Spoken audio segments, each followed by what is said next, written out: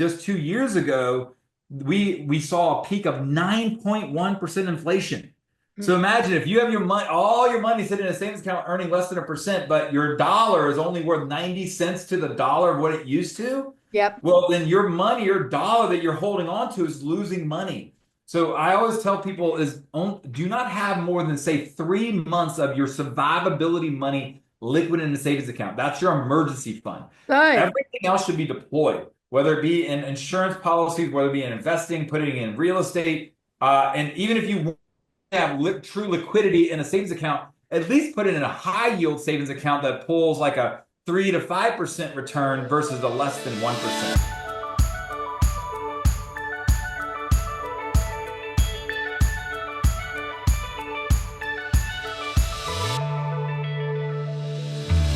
Hello, Money Multipliers. Welcome back to another episode of the Money Multiplier podcast. I'm your host, Hannah Kessler, and we ask ourselves, do our dollars make sense?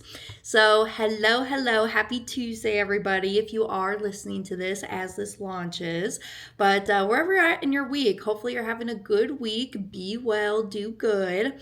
I am joined here today with Mr. Travis, and his son was going to join us as well, but he is a big shot. He had to go and show a house today during our recording time, which is okay by me because, as my mentor says, get the money. But actually, I had a really good conversation with his father, Travis, and he really reminds me of the duo between myself and my dad. So it was a fun and good conversation. And I think just really good at bringing it down to the basic levels of mindset, right? Because how you think about your money is going to greatly impact how much money you have. And you got to have a good relationship with your money and your hard-earned dollars and what you're doing with it. And it's kind of weird to say because how can you have a relationship with something that's, not real, breathing, living, right? But it is important because if you go back to the 5 circles of life, you want to keep all those 5 circles within balance with one another.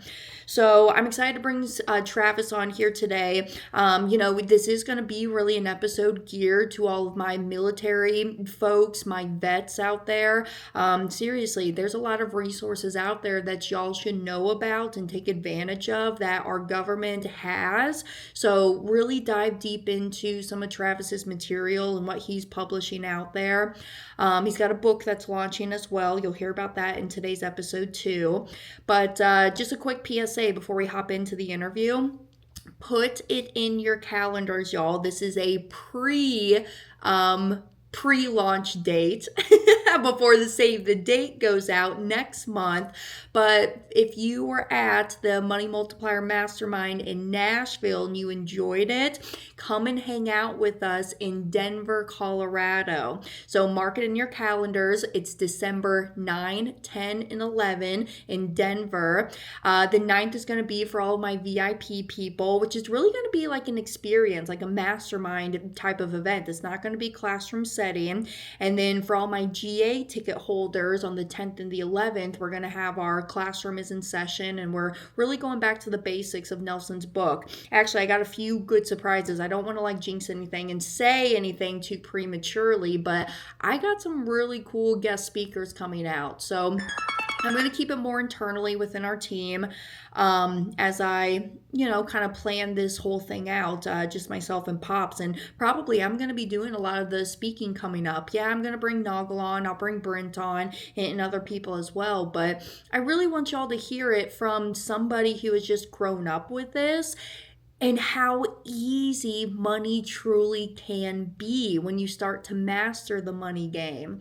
So save the dates in your calendar. October 9, 10, and 11, Denver, Colorado. We are coming to you, baby. I heard you, my West Coast people. I'm transitioning. We're making it out to the West Coast. I know it's not fully out there like in California, Vegas, and, Oregon or Washington area, right? But we're making our way out there. So we'll be in the mountains this year. So without further ado, let's get into the episode and I'll introduce you to Mr. Travis. Mr. Travis Winfield, welcome to the show. What's up, Hannah? Thank you so much for having me. I really look forward to meeting with you on here. I know, because we were vibing, man. So actually, Travis and I met. We were out in San Diego, and this was the second event I've done for Buddy Rushing and his group out there. Veterans for Financial Freedom was the event name, but then his company, White Feather Investments, just bring a whole bunch of knowledge and resources to veterans within the community. Because Travis, I was looking this up. I didn't know this stat, so I was out there like Googling some stuff because even myself, with my small family that I do have, we have three veterans within just our small, tight-knit family of about like 15 people.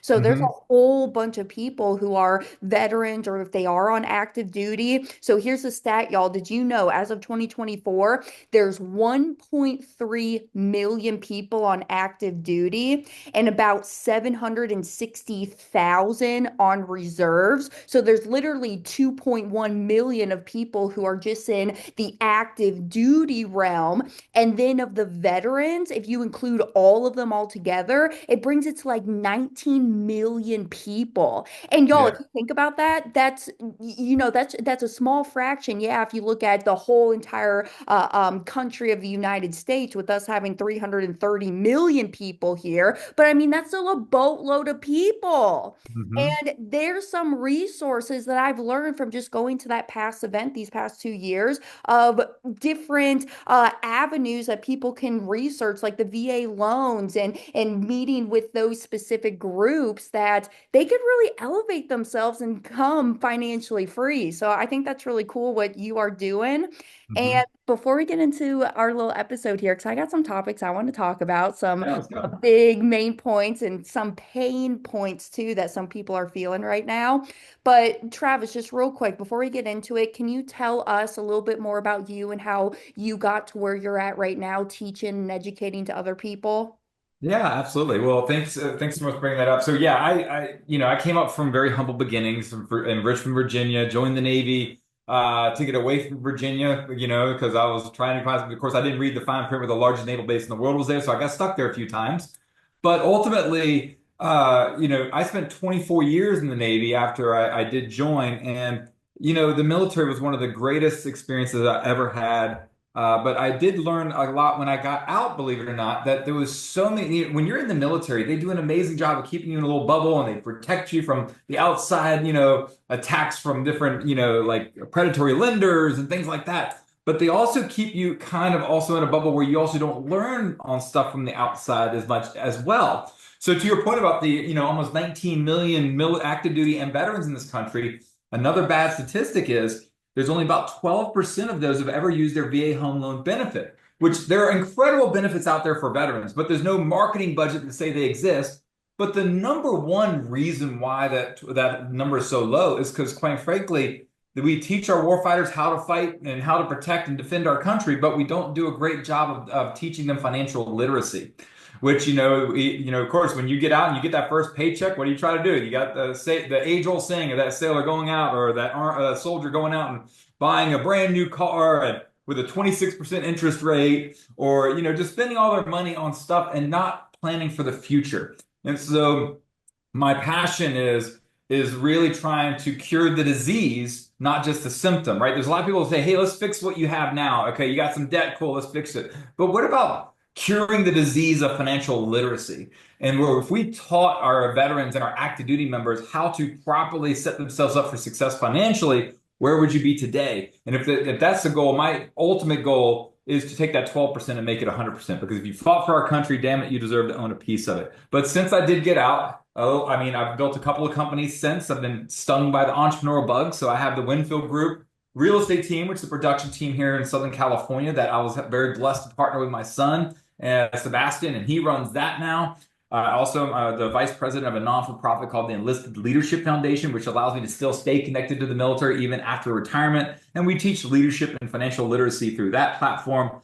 And then my most recent endeavor is what you see above me is military operated real estate, which is a new startup. And we're basically building the Zillow for veterans. And the beauty of that's going to be is where a veteran or end user can come in when they're transferring from one duty station to another, find a real estate professional who literally is the expert for all things VA, and every single person on our network has to have a military affiliation to even be considered. So it's a simple fact that you don't know what it's like to serve unless you've served. So that's I know it's a lot, but it's quite a bit. And then, okay, and then I also mentioned I'm writing a book as well called Military Money and More to help solve that problem. Yes, yeah, yeah. And I want to get deeper into those specific areas as well. Because hear me out, okay? Because before I even went out to that event, even prior, like in 2024, I was asking some of my clients who was on active military, now they're no longer. And I said, hey, what are some of like the struggles that you had leaving?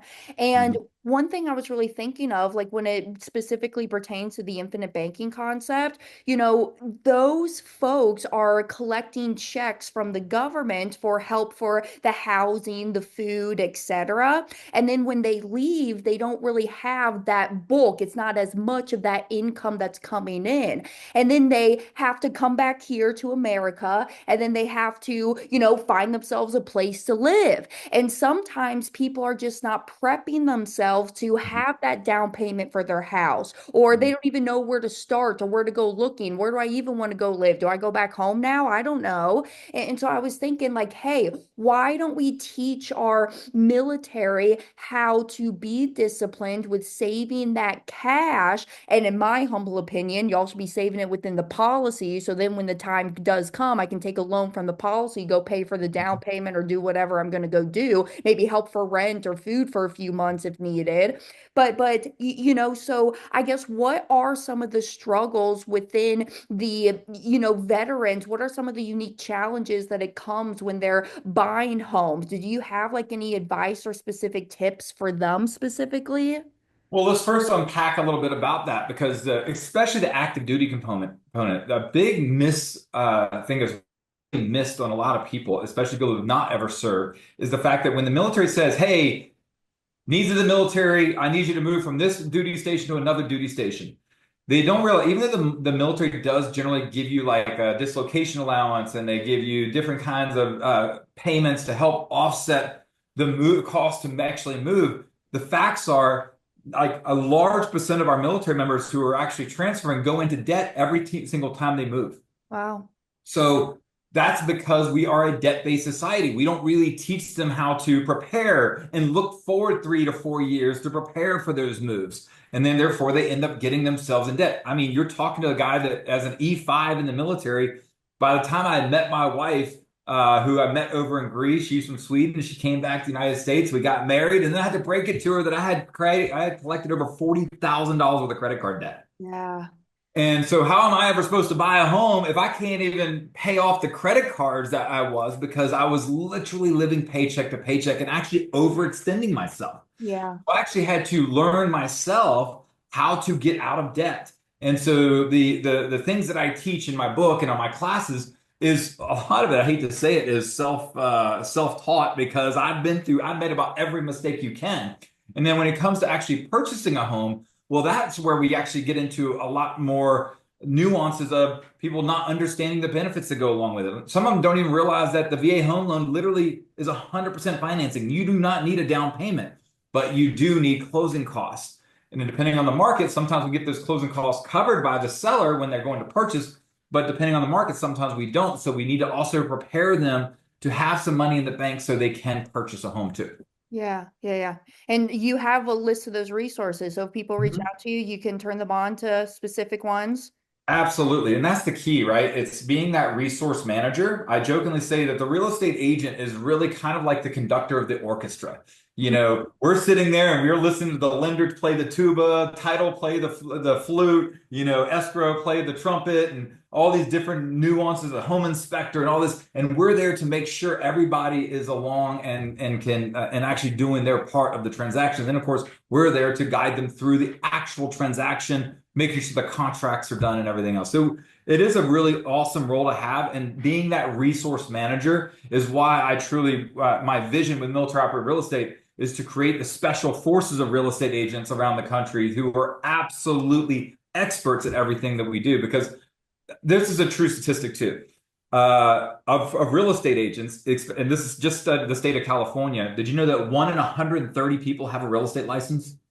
There's only one license more common, and that's the driver's license. So, Wow. and it's a true statistic. And so we actually have the profession has the lowest threshold of education to get into, and that's why we have an 87% failure rate for people who get into real estate in the first 5 years. So my goal with military operated real estate is I'd love to save everybody, but damn it, I'm going to try to save every one of my veterans and know that every single agent that they are going to be connected with is the absolute best of their craft. Hey, and honestly, that's something very important, just like within all businesses, because I think even just in my success of my business is that when I have that honed in niche of this is me, this is my expertise, I know this like the back of my hand, and this is all that I want to do, and then I can turn you on to my Rolodex of people of, okay, if you want to talk about trust or taxes or stock options trading, yeah, that's not really my expertise, but I'll turn you on to my people over here. I think that's very big. And everybody who is an entrepreneur owning their own business, they need to really lock in on that niche because when you hone in on that specific market, then it Mhm. kind of cancels out all the other noise. You don't got to be an expert in all these different fields. Just lock in and have that one honed in craft. And I'm telling you, people are going to go and seek out the experts. So, Absolutely. you know, but hey, your military background, I mean, honestly, it's super impressive. I want to ask you this, because being in the military, yeah, you got to have the discipline, you got to have the structure. I mean, honestly, though, has that really influenced your approach to finances and your business? Absolutely, because the one thing the military teaches you is the baseline, right? It's following systems and processes and having the discipline to follow those systems and processes. Yeah. And the number one reason why small business have an 80% failure rate in the first 5 years, just for any small business, is quite frankly because a lot of entrepreneurs have a great idea, but they don't necessarily have the systems and processes to make it happen.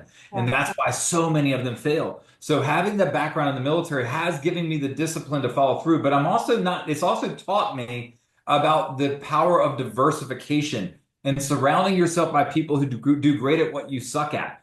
This vision I have in military real estate, I've been literally searching for the right partners for a decade. Mm. And it wasn't until relatively recently I found the right partners. And there's a great book out there called Good to Great. And it's about having the right people on the bus and the right seats on the bus doing the right things to move the business in the right direction. And so I think the background in the military, I think any military member, if you love entrepreneurship and you have that desire to build something, you do, I believe, have a leg up. And there's so many resources out there to help our veterans realize whatever dream they have in entrepreneurship. And so, I'm happy to connect that with everything from IVMF, which is the Institute for Veterans and Military Families, to things like White Feather, who help people learn about investing.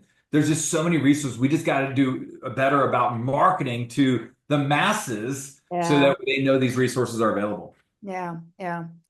Now, to pivot on you just a little bit, one reason I really vibed with you as well in San Diego is because you are in business with your son. And that Mhm. always really touches my heart when I see a lot of these families, especially son-father duos or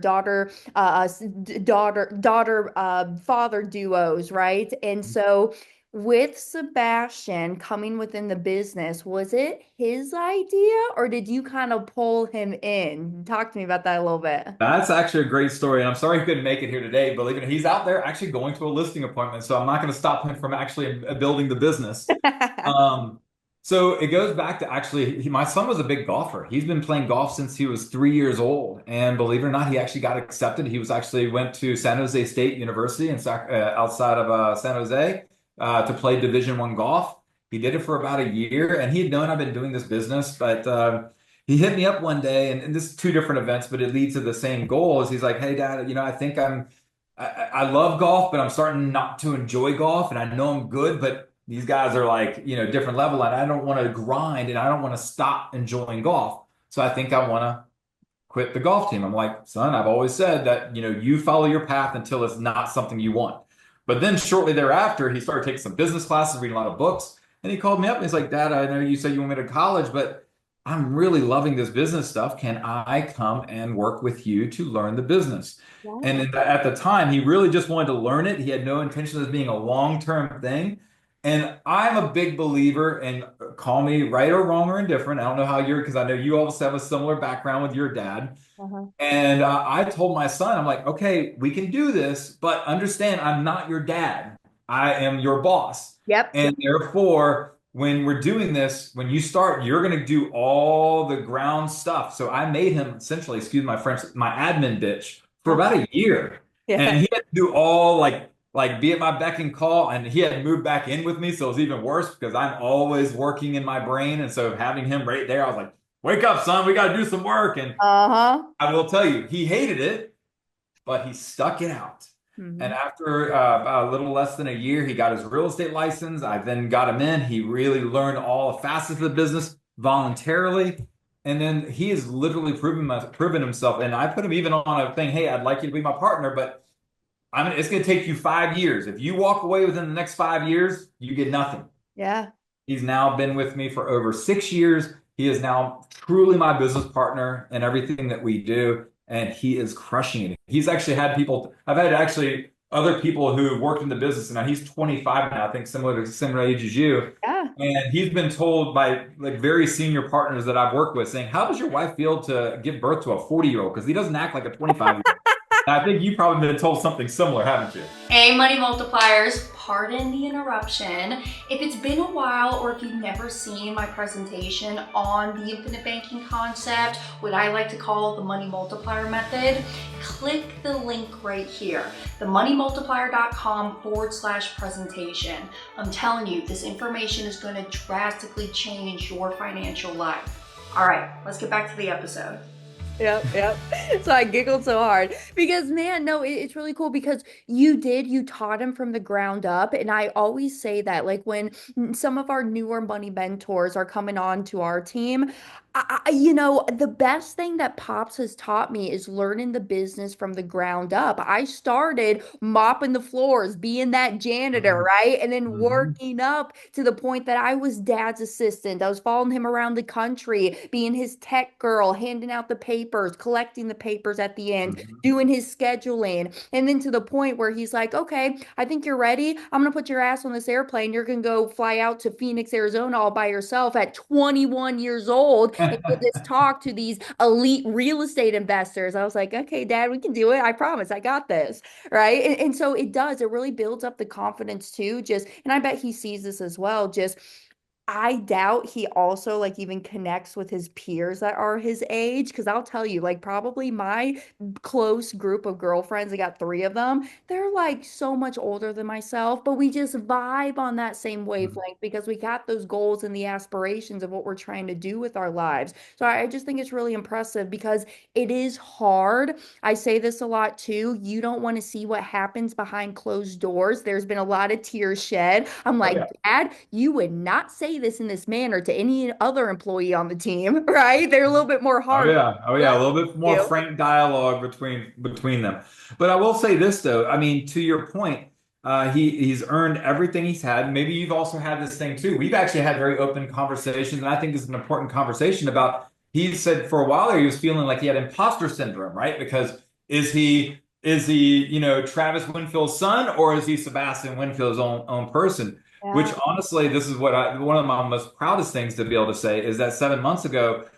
We were working alongside, but 7 months ago, I said, "You're ready." And I turned over the entire business to him. I am now more of a consultant for him than I am anything else. So I don't even go he is running the show now. So there is no, hey, he's, dad's son, running it. He's earned that just like you've earned where you are with your business with your dad. And I'm going to tell you this, and I'm going to say this, I'll probably say this for your dad. And I think I even mentioned this to you as you grow up in life and you have children and you're always surrounding yourself by different people and you might have competitors out there doing something similar to you, but there is only one person in your life that you want to do better than you, and that is your children. Hmm. So, for example, I'm sure your dad wants you to far exceed anything that he's ever accomplished in life. And I'm going to tell you right now, I want my children to do the same thing. I also have a 19-year-old daughter who's going on her own path through veterinarian tech and being a veterinarian path, and she's crushing it as well. So I think it's just empowering your children to do great things. And I want,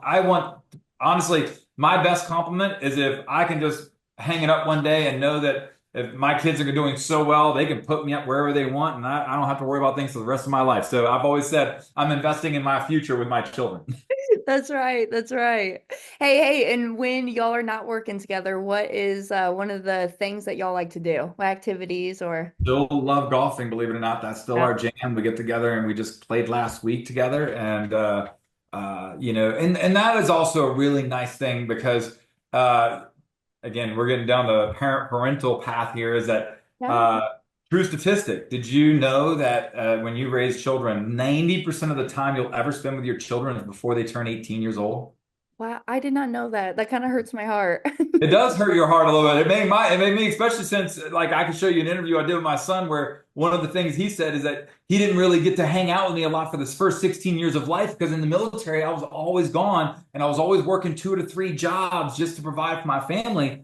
Yeah. So we are now kind of now friends. I consider him one of my best friends, along with my daughter and my wife. Like we have a very, very, very close family. Mhm. But to that point, I'm very blessed the fact that we do work together. So we talk to each other almost on a daily for the reasons of being in business together as well. I agree. I agree. Because actually, even in my upbringing, I was mad. Okay, so and to all my listeners, I know I don't talk about it a whole lot, but y'all know that my book, The Single Millionaire Chick, came out in January of this year. I haven't published it yet because there are some just things I want to add to it as I learn over the course of 2025. But here in 2026, I will be publishing it. But in that book, I was talking about how I had a whole bunch of resentment, and that kind of led me down the path of making bad decisions, going down the addiction route. And luckily, we Mhm. did a 180 turn on it. But it was too, I held a lot of resentment because I'm like, Mom, Dad, why aren't you guys here at my volleyball games? Why aren't you here hanging out at my birthday parties? Well, it's because they were out there building this empire, this big business, this lasting legacy that then they can pass on to the next generation so that we can be financially secure for ourselves and not have to rely on anybody else.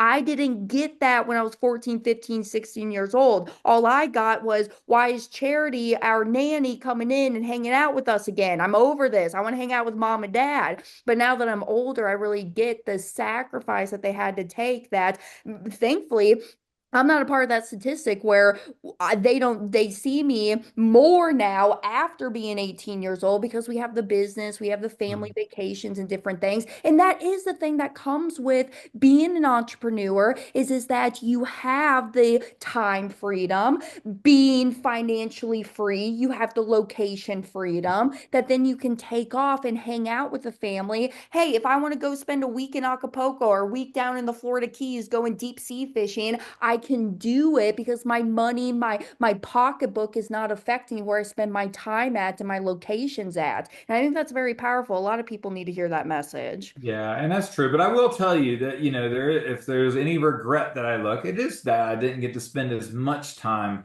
with my children. But, me and my wife made a decision early on. We've been married now for over 27 years. We made a decision early on in life that we wanted her to be the mom that was always there and answering. So my job was to go out and work multiple jobs. I was full time in the Navy and working at Best Buy Products, delivering pizza, selling security systems. I always had a second job so that my wife could be there to raise our children. But that was a decision that we made together. And everything we have in life involves some sort of sacrifice. Yeah. So that is what I sacrificed. I do kind of, of course, you can look back and say, I wish I had changed things, but I could say that now in the current situation, I could not be happier with the current situation. It sounds like you had a similar result as well. That's right. I actually, honestly, you and dad would vibe really well. We'll talk about that later, but I think y'all would really get along. For sure. Now pivoting to really talking specifically about money here. A lot of families, and I talk about this all the time, but I want to hear it from another outsider's perspective too. A lot of families don't sit down around the kitchen table and they talk about money. They Mhm. rarely do it or don't even ever do it. And my question to you is, how do you think that's hurting people right now? Are you seeing it with your group? Well, I see it every day because money is just it's the catalyst behind so many divorces. It's the catalyst behind so many issues we have in this world. In our country, we are a debt-based society. We actually try to focus on telling people to get into debt when in actuality we need to be teaching people how to stay out of debt and build wealth. And I think that a lot of times the reason why it's not spoken about is because of lack of education. Do you Mm. like to talk about a topic you don't know anything about? No. So even if you're a parent and you're supposed to be that end all know all of everything in that child's life, if you don't got your own shit together, how are you going to articulate it to your own children? Yeah. And I can truly tell you that I was not that person until actually probably in the last decade since I retired from the Navy. I feel like I've been drinking through a fire hose about financial literacy since I got out and learning about the things that I didn't know. I mean, hell, when I had that $40,000 with credit card debt, I didn't get out of true debt until the latter part of my career. I Mm. actually had to go get a consolidation loan from the bank and have my mommy and daddy co-sign because my credit was so crap that's how I got out of debt. But I actually ended up, 5 years of a consolidation loan. I was finally debt free and I never got out of debt again or got into debt again. Now, but to your point, the education piece of this is that I think you just need to you got to get smart with yourself first, right?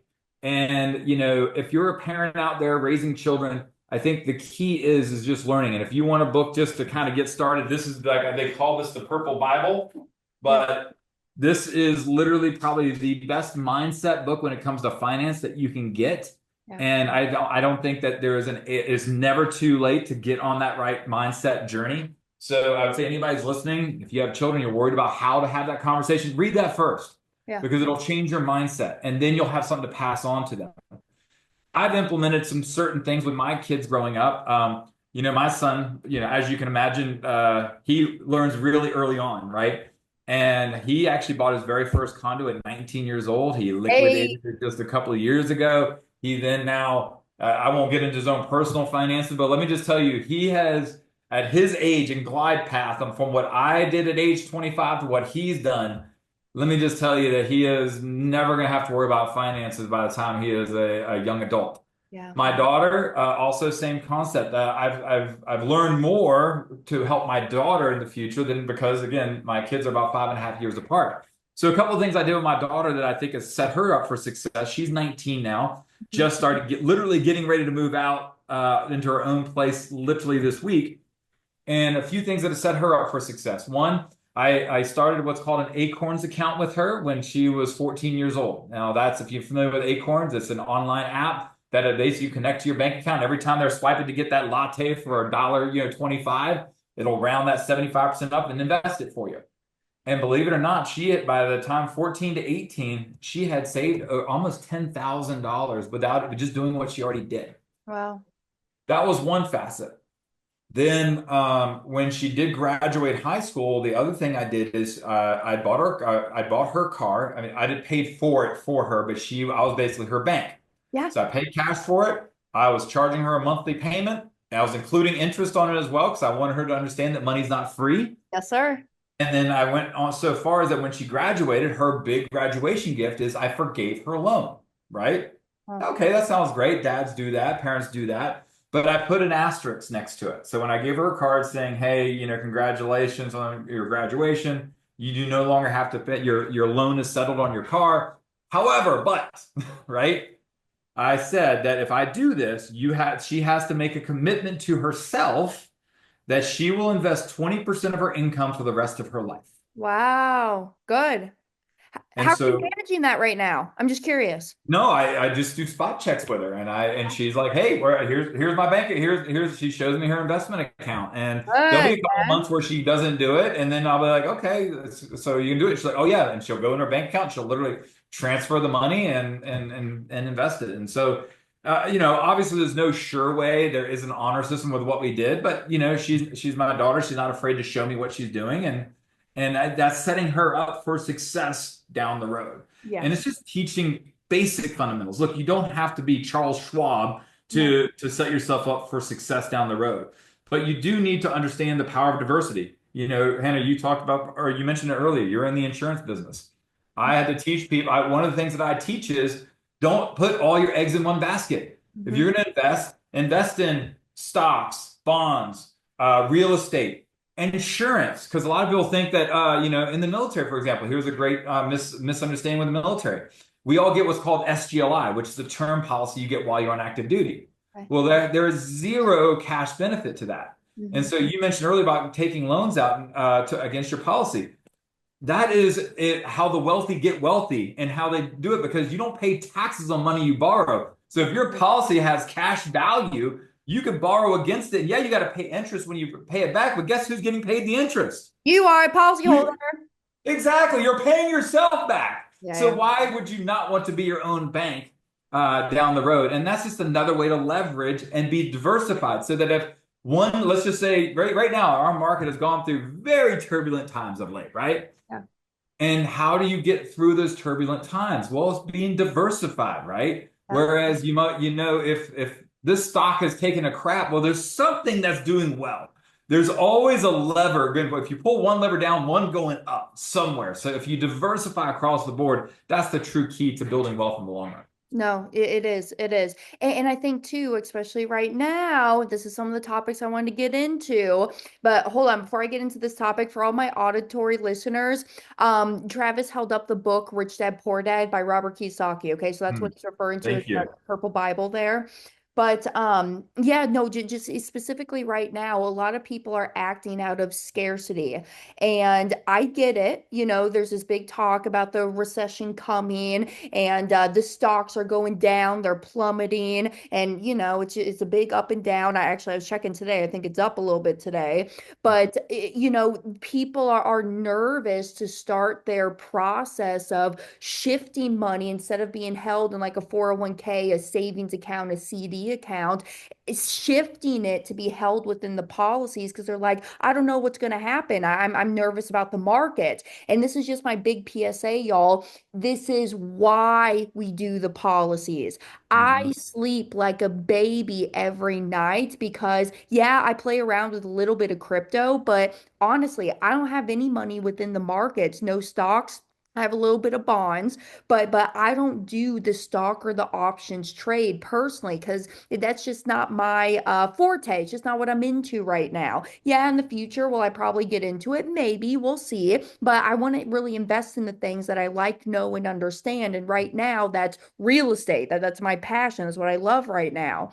But this is the whole purpose of really why we're shifting the dollars to being held within the policy, because it's not based off of the markets. There's no government intervention that's going to come in, because these insurance companies, these mutually owned insurance companies, they're privately owned entities. I get protection, I get tax-free growth, I still have access and liquidity to the capital. So all of these moving parts, this is why we're shifting where we're warehousing that money at, is within these policies. And I guess, Travis, I'm even curious what you would say. To me, right now, with these folks who are like, hey, I can't start this policy right now because I'm nervous about the markets. I mean, what would you tell these people? Well, I think the key is that, well, I will offer to you, I would consider going in the market, and let me tell you why. Mhm. Right now, especially now, right? If you've never done the market, let me ask you something. Do you want to buy a house? If you're going to buy real estate, do you want to buy at the height of the market or the bottom of the market? Warren Buffett always tells me to buy at the low.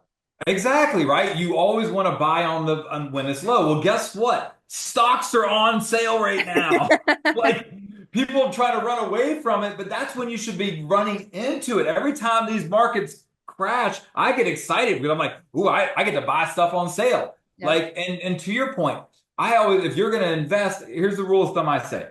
Because to your point, I'm not a money manager guy. I'm not an expert. So I give 80 to 90% of all my money to a financial advisor who manages my money. But then I do keep 10 to 20% for myself that I invest on my own. But guess what? I invest in things that I believe and use every day. Use an example. Tesla. I'm a huge Tesla fan. Whether you like him or not, through all the current, social stuff, he is our modern day Albert Einstein and really making a difference in our world. Yeah. And I mean, let's be real. He didn't join the government to help his stocks because his stocks have literally been cut in half. Yeah. But I got excited when they did because I'm like, oh gosh, I'm going to buy it on the dips. I get to buy it on half price because it will come back. Yeah. So, and then the other kind of rule, and remember, I'm not a financial advisor, so any of the information I've given you is not to be taken as that I'm an expert. This is just what Travis Winfield says. Yeah. But think of it like this: is S&P 500. If you if you do nothing else, that's what I tell my daughter. Put it in the S&P 500. It's going to dip, but you're not looking at the individual time frames. Everything's going to go up and down. But Mhm. what goes down must come up. What goes up must come down. You're looking for that median growth over the long haul. And the S&P 500, most money managers can't even beat what that does on average. Yeah. So I tell people to do that, but I also tell people to invest in policies too, because the actuality, and I'm sure you know this, is that the policies, you have pretty much guaranteed growth, but the way the policies work on this whole life policy universal index, the insurance companies go and invest that money, right? And the reason why they're able to give you a guaranteed return is because they are playing the long game, and they know that they can make more money by investing on the side, just like a bank. They're using your money to invest, but because they have such solid processes, they can guarantee you a return. Yeah. And so that's where the policies are the safe place to put your money. You won't make as much as you could in other places, but it's a great place to keep a good chunk of your money. So that way, you know it's safe, you know it's liquid, you know you can use it and borrow against it and leverage it. So that's my 2 cents on what you can do right now. No, no, no. And that's it is because a lot of people do have that misconception. They're like, well, hey, well, why would I buy this stupid guaranteed 3.25% policy when I could go put it with these borrowers? That's what the example I always use because I'm a lender. I go give it to this borrower right now, make 12%. So why wouldn't I just do that? And y'all, this is just a big PSA again. It's the and asset. It's not the either or. It's not saying that I'm going to put my money within the stock market or put it within my borrowers or put it in the policy. I'm just going to run the money through the policy and then go purchase that investment with it. So Yeah, well, it's again having different buckets, right? You want to put stuff in short-term buckets, and then mid-term buckets, and long-term buckets, and I get a lot of people when I say, if you ask a lot of people like, hey, who here has a lot of money in their savings account? And you get people all proud and raising their hand. I was like, well, great, you know that money's losing you money, and they get all wide-eyed, and I'm like, what do you mean? So I have to explain to them that, if your money is sitting in a regular savings account, it's earning less than 1% interest. Do you know what the average annual inflation is for the US dollar? Oh, I don't even know that. What is It's it? roughly 2 to 4% depending on the year, but just 2 years ago, we saw a peak of 9.1% inflation. So imagine if you have all your money sitting in a savings account earning less than 1%, but your dollar is only worth 90 cents to the dollar of what it used to. Yep. Well, then your money, your dollar that you're holding on to is losing money. So I always tell people do not have more than, say, 3 months of your survivability money liquid in a savings account. That's your emergency fund. Good. Everything else should be deployed, whether it be in insurance policies, whether it be in investing, putting in real estate. And even if you have true liquidity in a savings account, at least put it in a high yield savings account that pulls like a 3 to 5% return versus a less than 1%, because that's at least beating the national norm of what the return can be. Yeah. Yeah. No, those are good points, Travis. And specifically right now, what are some of the biggest money myths that people are falling for during this recessionary time? What would you say? Debt. Everybody wants to say, no credit, bad credit, no problem. And you go buy a car that has a 26% interest rate on it, or transferring credit card balances, right? Like saying, hey, move your credit card to this balance and you pay, 0 interest for a year. Well, all you're doing is kicking that debt down the road. And a lot of people who will put things on credit, like credit cards, they get a bill and they say, let's say they bought like something for a few $1,000s and they get a bill saying, oh, you only owe us $100. Of course, the average consumer is saying, oh, cool, I only had to pay $100. Well, they don't realize that in itself is only paying the interest of the credit card. Yep. If you only pay whatever they give you a bill for, which is the bare minimum, that is the minimum payment, you're only paying interest and you will never work down the principal of that debt, and you will be in debt for the rest of your life. Yes. So in a current recession, this is what happens. People want things that they want now. We are in a want it now society. And so they'll put things on credit and rack up their credit. And then next thing you know, they've dug themselves a hole so deep it takes years to recover from it. Yeah. So that's one of the biggest fears of a recession, is getting drawn into those debt things. Another famous one you probably heard is, you want that couch now. Hey, no problem. We can get it for 0 interest for the next 12 months. And you're like, oh, cool. And you think, oh, well, I can pay it off in 12 months. Well, guess what? Life happens. Yeah. And the banks are banking on you to not pay it off within that 12 months. Because a lot of people don't realize that if you go 12 months in one day, you are now going to be slapped with all the interest you would have incurred for that first 12 months. Hmm. So, and people don't realize that because they don't read the fine print on what the strategy is. They are banking on you to not pay it off so they can slap you with some serious interest that you'll keep you in debt forever. Yeah, that's powerful, Travis. Actually, to be honest with you, I didn't even know that because I've taken out some of those 0%. But however, Hannah Kessler is disciplined. I know my financials. I look at that stuff every single month. That's why I'm the huge advocate for the app called Rocket Money. I tell all of Yes. Oh, I use it all the about time. My wife hates it because it notifies me every time there's a large purchase. it. She's like, don't tell my husband. Right. But to that point, look, Dave Ramsey talks about it like too, and I will argue to say he just says don't do it. Uh-huh. I will say if you learn, if you truly be disciplined, you can leverage OPM. OPM is other people's money, Yes. right? But you got to know how to leverage and be disciplined. For example, it's okay to have a credit card. As a matter of fact, I have the American Express Platinum card. And an active duty member, a lot of active duty folks don't realize that with the Service Member Civil Relief Act, the credit card companies cannot charge you an annual fee while you're on active duty. Wow. So therefore, they can get that nice Amex that costs me $700 a year. They can get that for free and get access to all the benefits that go with it. And another fact that they don't realize is that if you can pay off your credit card every month, you will incur zero interest, but still get all the perks of spending the points. Yes. Again, the credit cards are banking on you not paying them off. Yeah. So the minute you leave even a dollar balance on there, they're going to start charging you interest. Yeah. So again, if you can learn how to leverage OPM the right way and you can truly be disciplined, think of it like this. If you have a good solid budget and you're following your budget, you, for example, spend $1,500 a month on food. You have to spend. What is it that you got to have food to eat? That's a survivability thing, is it not? Yep. If you know you're spending $1,500 on food, instead of you paying cash, put it on your credit card. As long as you have the discipline to know at the end of the month, you get that credit card bill, you've budgeted yourself for $1,500 for food, and that's all that's on the credit card. Now you get the benefits of not paying interest on the money that you used it for. You get all the upside for all the perks that go with it, and you budgeted so it's now paid off. Yeah. But again, I have to emphasize, you have to be disciplined before you use that strategy. Yeah, I agree. I agree. And Travis, actually, since you brought up that word of budget, hear me out on this. I've been trying to come up with a new word, especially with like my Gen Z generation. We don't like the word budgeting. We think it's a chore, and probably folks who are older than us, they probably even feel the same way. So I'm on an active mission right now to find of another word besides budgeting to make it fun, engaging, interactive with them and with the family so that then they can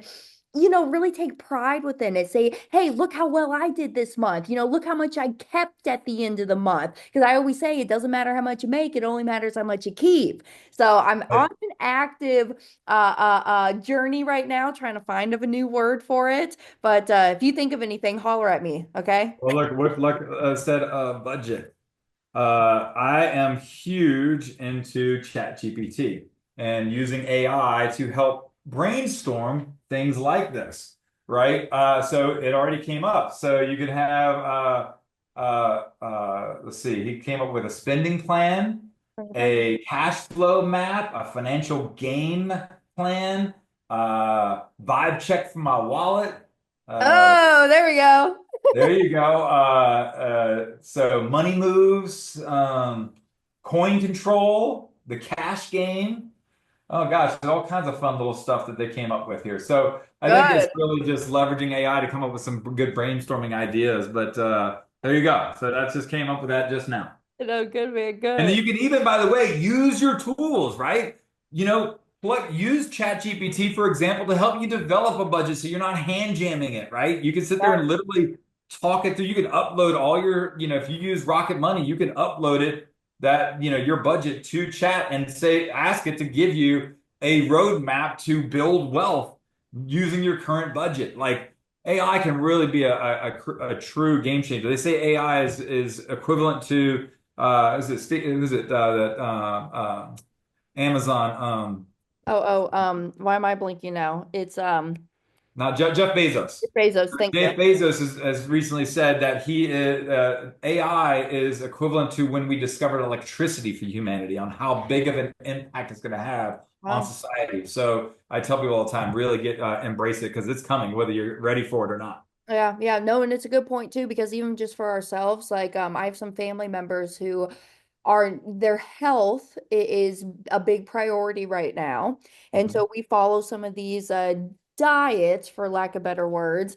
And I'll go into ChatGPT and I'll say, okay, Dr. Stephen Gundry's diet plan. We need 5 meals for Monday through Friday and map it all out. What should we be cooking? And then ChatGPT will go in there and go do it all. It's So, incredible. yeah. It's incredible. It's incredible. So these are just tools for you to use.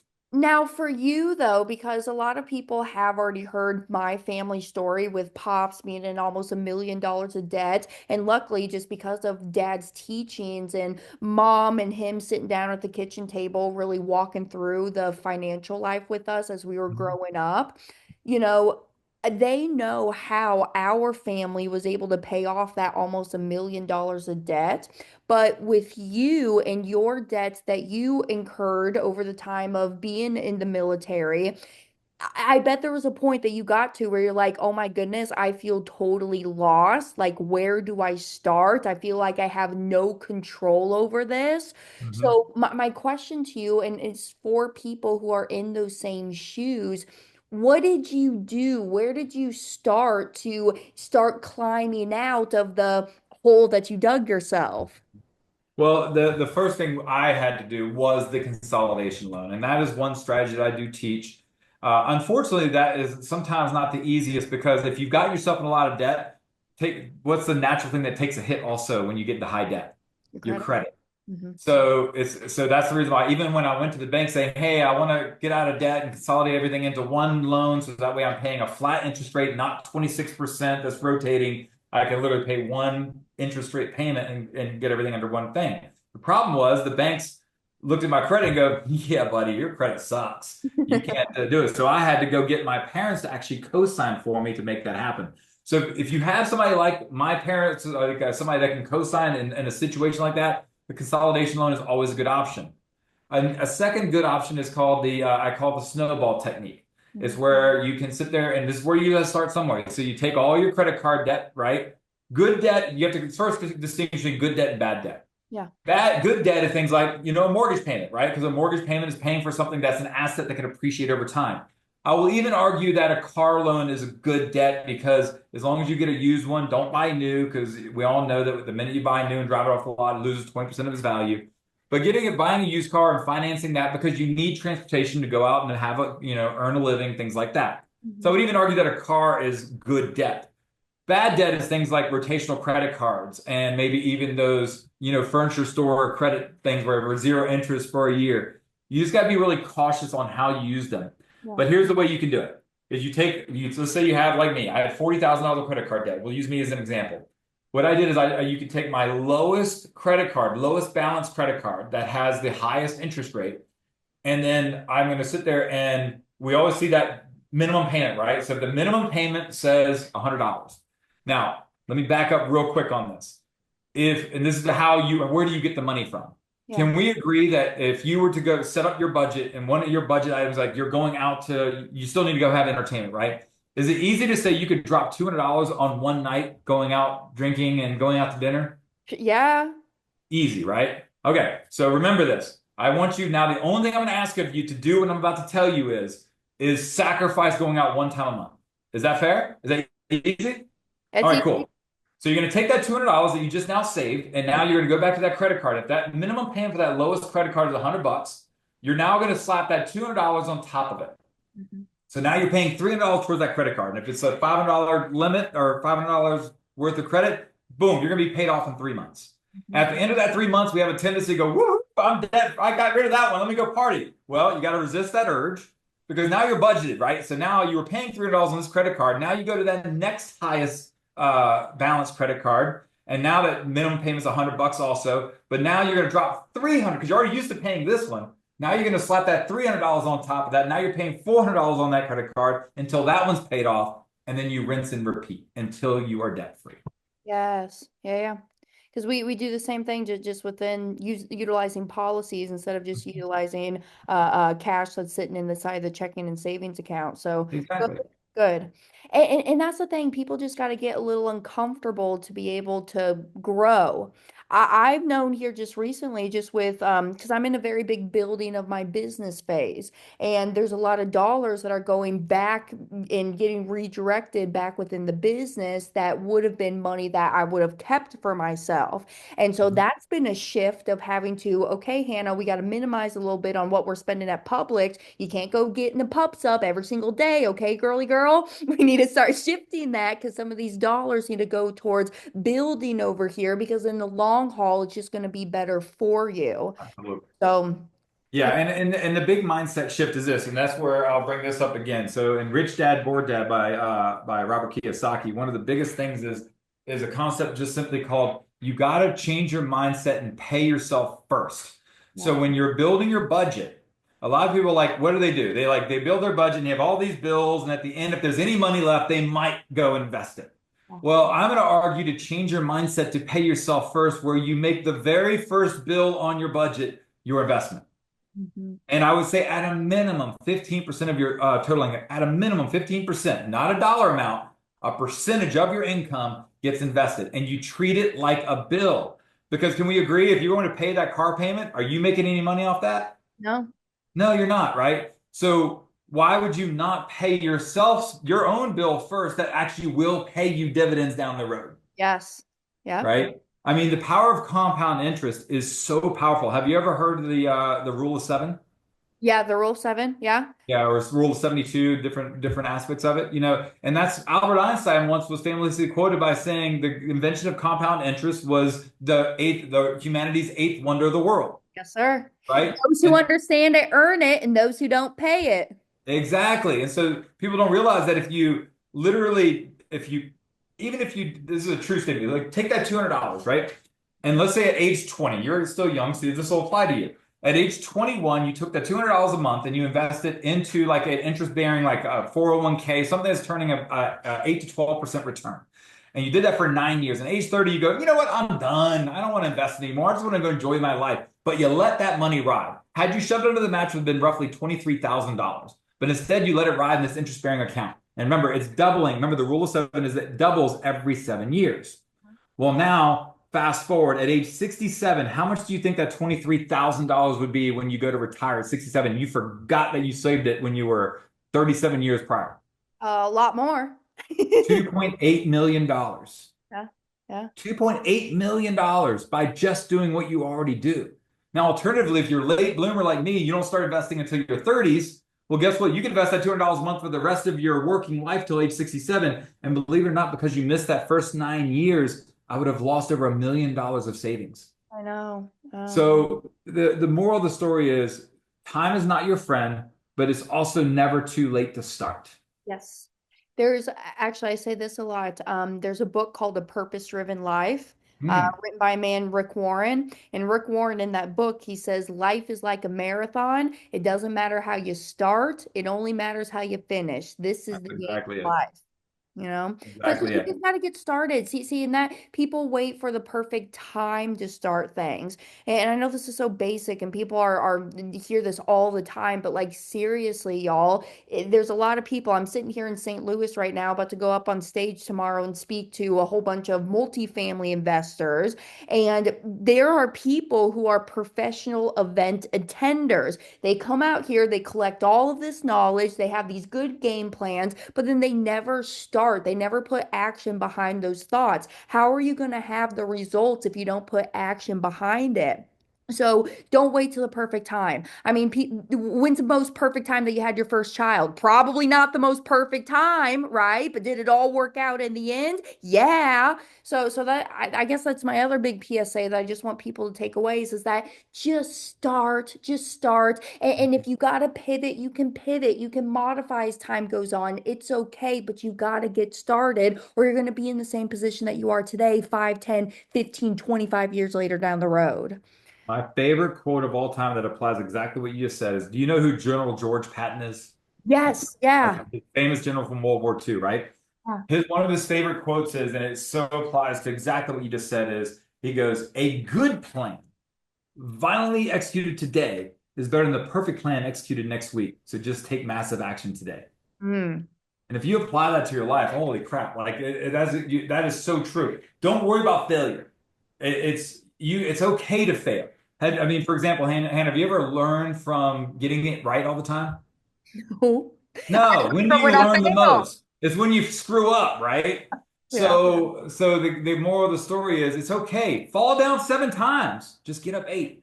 Like, and don't be afraid to take that action because if you don't put one foot in front of the other, you'll never move forward. You will be stuck in, as we've heard of, analysis paralysis. Yeah. Or the arrival syndrome is what I like to say too. Right. Exactly. So yeah, this is great stuff, man. I'm really this is a good conversation, but I think a lot of people should listen more about. Good, good man. All right, and I know we're coming up here. I've been recording with you for about an hour. It feels like 2 minutes, but I have some rapid fire questions I want to Yeah. ask you. What you Okay. got? All right, I want to ask you. I already know what your answer is going to be, but rapid fire, cash or card? Well, card if you do it the right way. Good, good. What's the worst financial decision you've ever made? My worst financial decision I ever made was buying a brewery. Oh, really? Don't tell me that. Yes. I would love one. So, No, no. Well, if you're good at that, making your own beer, but I bought a brewery where I basically took a successful real estate business and sifted money over to it. Took my time away from my successful real estate business into the brewery, and it was just a terrible financial decision because it just took away my time and my money, and then the market that it just didn't survive. So we all make it, but guess what? I learned what to do and I learned what not to do. So I look at every mistake that I have as a learning thing, and I've just simply learned that I need to stay focused. Confucius says, "He who chases 2 rabbits catches none." So I'm just focused on catching one rabbit at a time now instead of chasing a bunch of squirrels. all right, all right. I gotta talk to you more about that because honestly, that's within one of my aspirations within my life is I want a brewery barcade. I would Well, just love. I would just simply leave you with this. Make sure that this rabbit is caught before you try to go chase that one. All right, yes, sir. Okay. What's the best book you've ever read about money? I think I know might know that one too. Yeah, I already said Rich Dad Poor Dad by far is by Robert Kiyosaki is my favorite financial book because it just puts the right mindset. But then again, I'm just going to plug my own book because if you're a veteran out there, I'm releasing Military Money and More this summer, and that is going to be the how-to book. And yes, it's focused on the military, but anybody can really learn from it. And it teaches you everything from how to budget, how to get out of debt, how to get and maintain good credit, and then how to invest in real estate, crypto, insurance policies.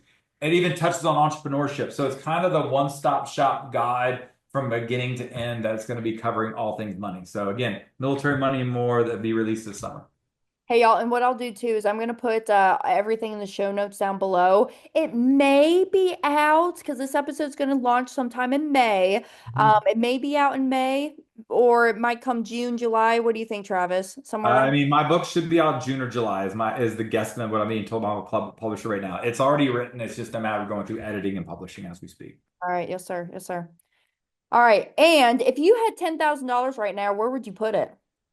Right now, I would, with how volatile things are and everything's on the dip, I would honestly invest. Like now is the time. So if you had an extra 10 grand, remember when you're going through downturns, I know it's scary because it looks like your money is coming down, but now is when you run towards the fire, not away from it. And so I would go and invest it. And I'm actually taking money right now and pouring more into my investments because I'm buying now while it's low because it will recover.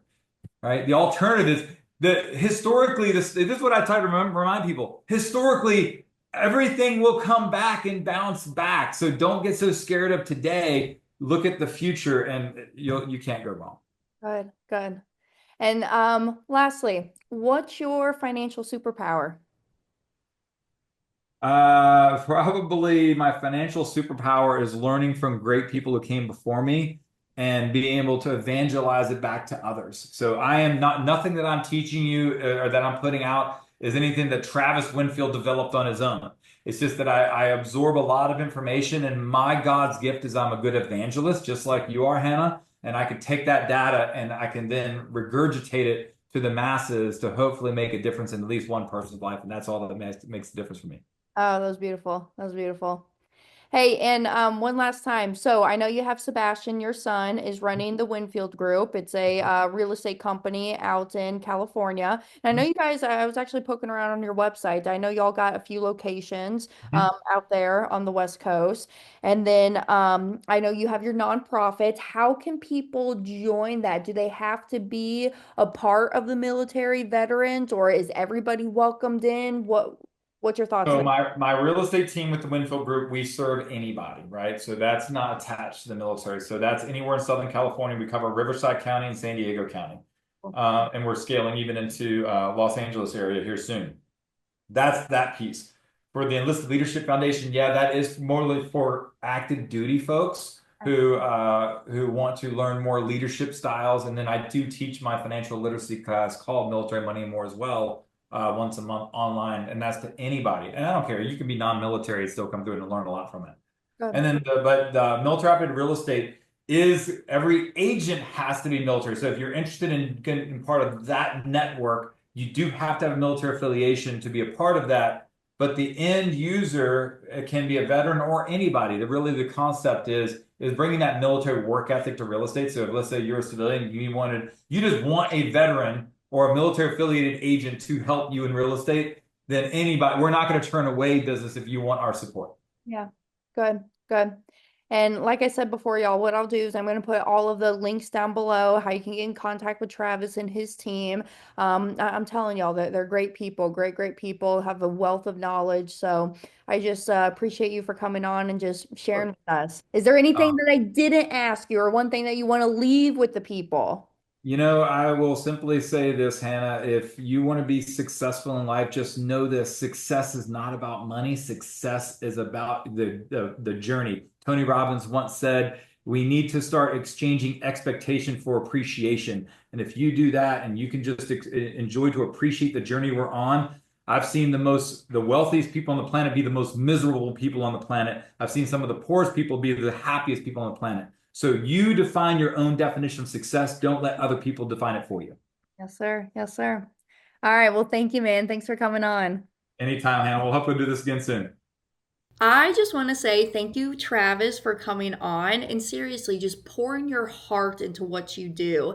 Hopefully, you could tell why I really vibe with him is because you can tell that he has been in that place of humility. He's had to really humble himself to say, oh my goodness, I don't know everything that there is out there. I need to learn, I need to master this because I really want to set my family, my children up to be even greater than what I was. So you can, I mean, for anybody who is feeling uncertain right now with the times and what the future is going to be holding, it's okay to feel those emotions. Your feelings are valid, but let's take some actionable steps. Don't just sit there within the scarcity, the poverty mindset. Really act and come from a place of that abundance. Know that there's more out there. You're not going to be in the same position that you are today. We want to keep evolving. We want to keep growing. So you take control of your money. It's your money, your mindset, your next move, whether that's buying your dream house, preparing for what's ahead, retirement. Maybe your kids are going off to college. Maybe you're looking at a new car because you need one right now. I just really enjoyed this conversation that I had with Travis and the Winfield Group because I'm telling you, just remember that financial freedom, it's not a fantasy, okay? You got to have a plan in action. You have to have intentions behind that plan.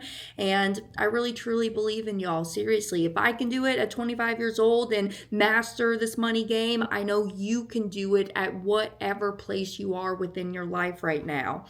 So, thank you, y'all, for being here for another episode. I will be back next week as well. And until then, be well, do great. I'll see you next week. Bye, y'all. Thank you, Money Multipliers, for tuning in to another episode. If you enjoyed this and you want to learn more about the infinite banking concept, click right here. This takes you to my powerful 90-minute presentation explaining in depth how, why, what is the infinite banking concept. I will see you next Tuesday. Catch all you Money Multipliers then.